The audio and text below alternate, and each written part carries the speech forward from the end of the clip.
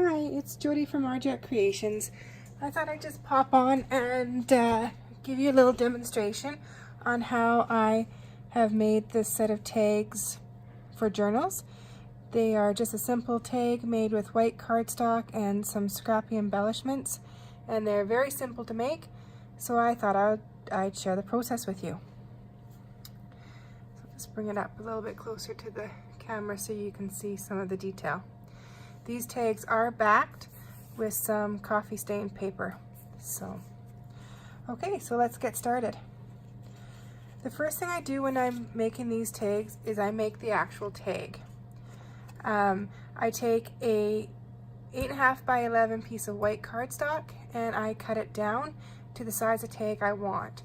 Today I wanted to make some medium-sized tags, so these are 2.5 by 4.25, I believe. And then I just used a template to snip the corners. So I was able to get 8 tags, I believe, from one piece of paper.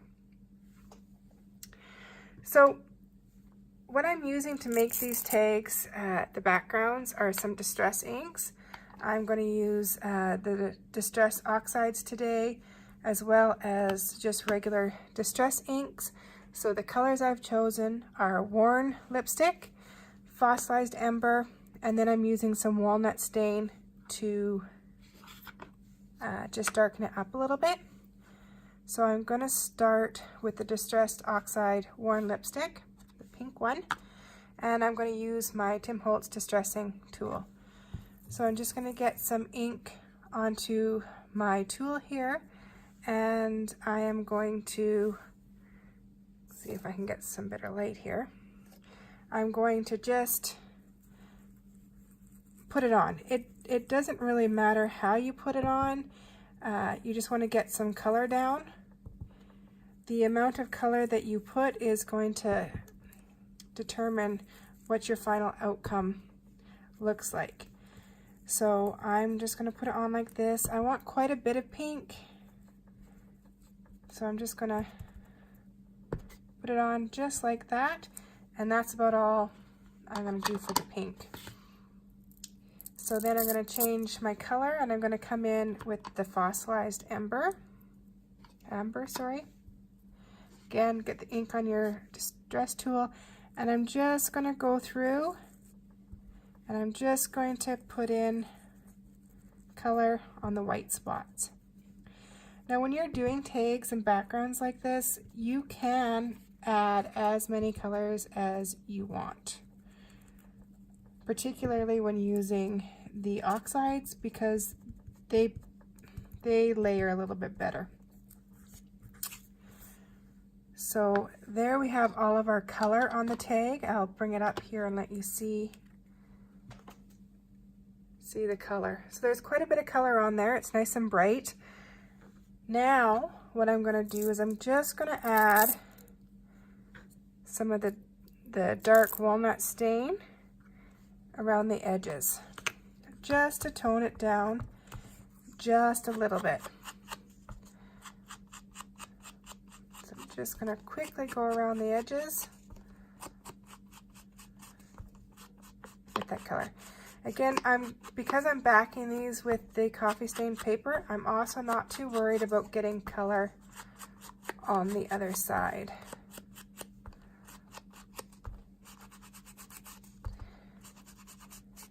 So once I have all the color around, you can see already the difference that's made. So distressed inks, they react with water. So at this point, I am just going to take my little spritzer, excuse me for reaching, and I'm going to hit it with some water. And you will see it start to react right away. And that's what's going to give you the nice texture on the back. So at this point, you can hit it with a heat gun to dry, or you can just let it dry on its own. I've gone ahead and I've made a few other tags, so I just thought I would show you what they look like once they're dry. So you can see the walnut stain around the outside, and then just the different watermarks. And each one is different depending on how much water you hit it, how it ran, and the colors you use. So these are all done with the same colors, but obviously how you lay them down makes a difference. So these are dry now. So what I do now is I just go around again with the walnut stain just to give a finished look to the outside of the tag. When you hit it with the water, it does blend it in a little bit, so I like to go back and give it just that crisp edge. So I would do this around all of the tags. And again, the color combinations on these are endless. I don't know how many colors of distressed inks are out there now. I have a very limited collection, but I do have fun using them. So I'll put that one aside. So that is what the tags look like once you get to this point. So at this point, I do like to add a little bit more texture to the backgrounds. How I do that is I get out my Tim Holtz stamping platform, and I have this script stamp that I really like. It's just a script stamp I have. I can't even read what it says, but I just find that it's works really good for my backgrounds. And I just put my tags on the platform, and for this I'm just using just a cheap ink pad, a brown ink pad. I just want to give it just a little bit of interest or texture in the background. So I just ink up my stamp, just I don't know if you could see that, but just like you do any other stamp, just tap it on. And then I just push it down and give it a little bit of a rub and take it off. So now you just have a little bit more interest in the background. So I'll show you that to you again. I just put my stamp on. I will ink up the stamp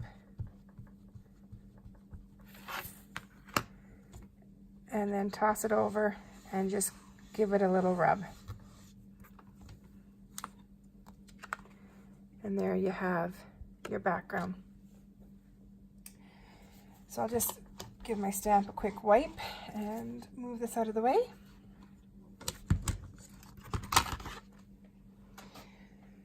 Now at this point, what I do is I take it to the machine and I will back it onto the coffee stain paper and I'll stitch around.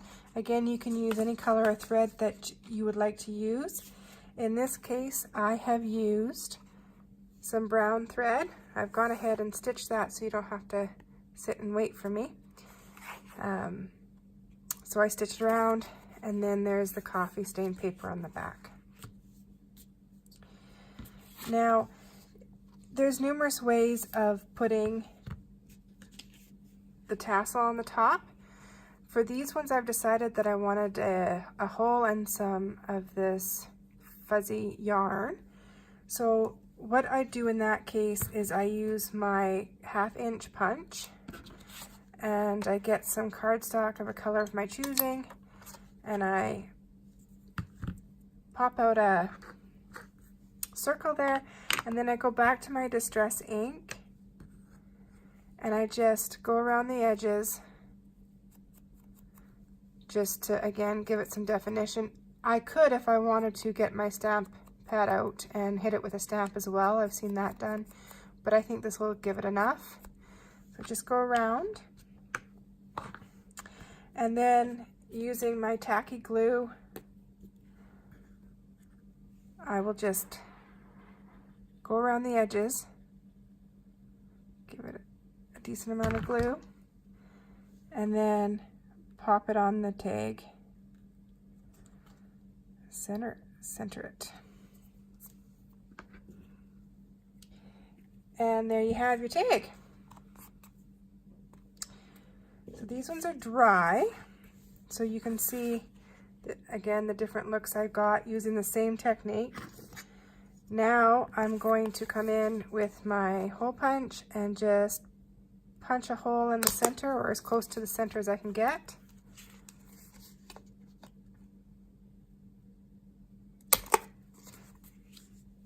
And they're ready to go. I'm just going to let this one dry a little bit. Now at this point you can leave them as it is because they are quite pretty, or I think they're quite pretty. But I think what I'm doing with these ones is I'm going to bring some of my scrappy embellishments that I've made. These I've made with just some material that I stamped with some Stays On ink, some dictionary page, some scraps, and my homemade paper. So I do have a few of these, and I'm going to glue some of them on these tags that I've made. So you can see, you can just put them on like so, and then they make a really quick tag, and great additions to your journals.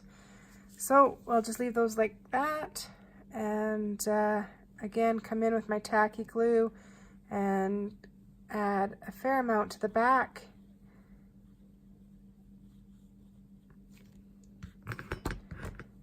And then I can just stick them onto the tag, line them up.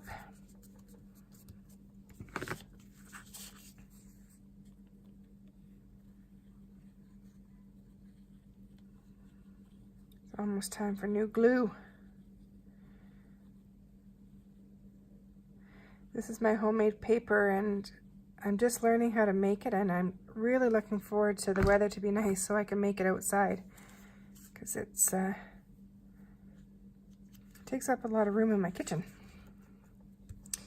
Okay,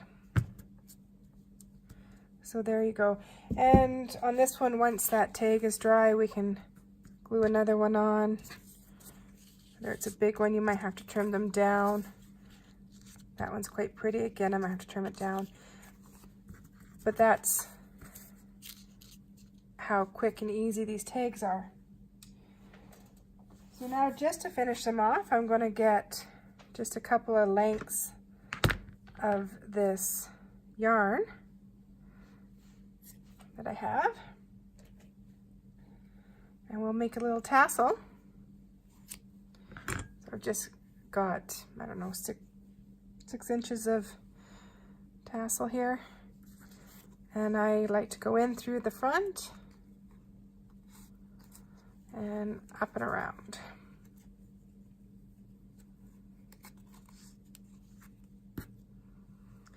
And we'll do the same on this one.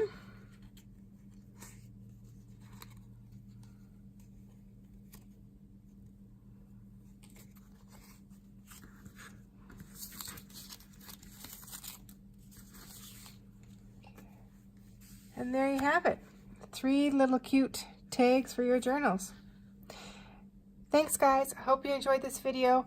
These will be for sale on my Etsy shop, Arjet Creations. I'll try and link it below, and I hope you have fun creating them if you choose to make them yourself. Thanks, have a great day.